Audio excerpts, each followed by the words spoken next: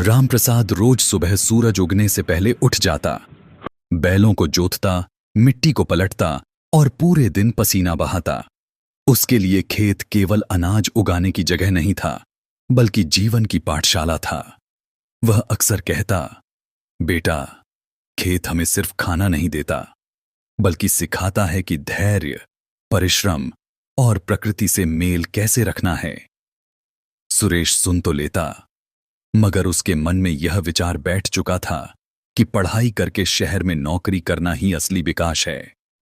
एक दिन गांव में पंचायत बैठी थी।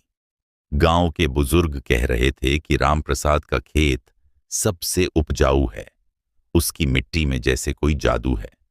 सुनकर सुरेश को हंसी आई। उसने सोचा, भला मिट्टी में जादू कैसा?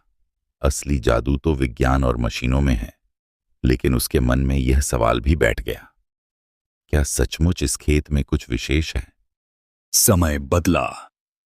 एक साल रामप्रसाद अचानक बीमार पड़ गया। खेत खाली पड़ा रहने लगा।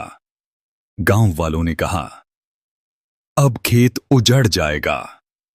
सुरेश शहर से लौटा और पहली बार उसने पिता की आंखों में लाचारी देखी। रामप्रसाद ने खाट पर लेटे लेटे धीरे से कहा, बेटा, यह खेत हमारी पहचान है, इसे कभी मत छोड़ना। इसमें खजाना छुपा है, जिसे मैं तुम्हें नहीं बता पाया। सुरेश चौंक पड़ा।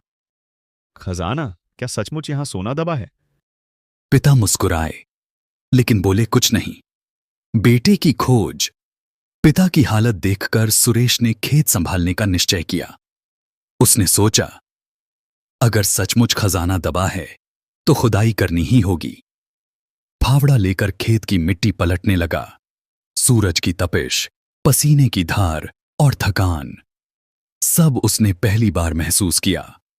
कई हफ्तों तक उसने खेत का कोना कोना खोदा, लेकिन सोना नहीं मिला। हां, कुछ और जरूर हुआ। मिट्टी नरम और उपजाऊ हो गई। बरसात आई तो बीज बोए गए और उस साल खेत में रिकॉर्ड फसल हुई। असली खजाना फसल कटाई के बाद जब अनाज से भरे बोरे घर में पहुंचे तो सुरेश को अचानक पिता की बात याद आई। खेत में खजाना छुपा है। उसे एहसास हुआ कि खजाना सोना चांदी नहीं, बल्कि यही अनाज है।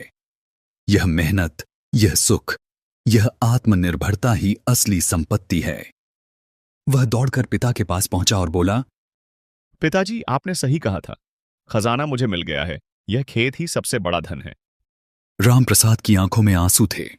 उन्होंने बेटे का हाथ थामकर कहा, याद रखना बेटा, खेत की मिट्टी में मां का आशीर्वाद है।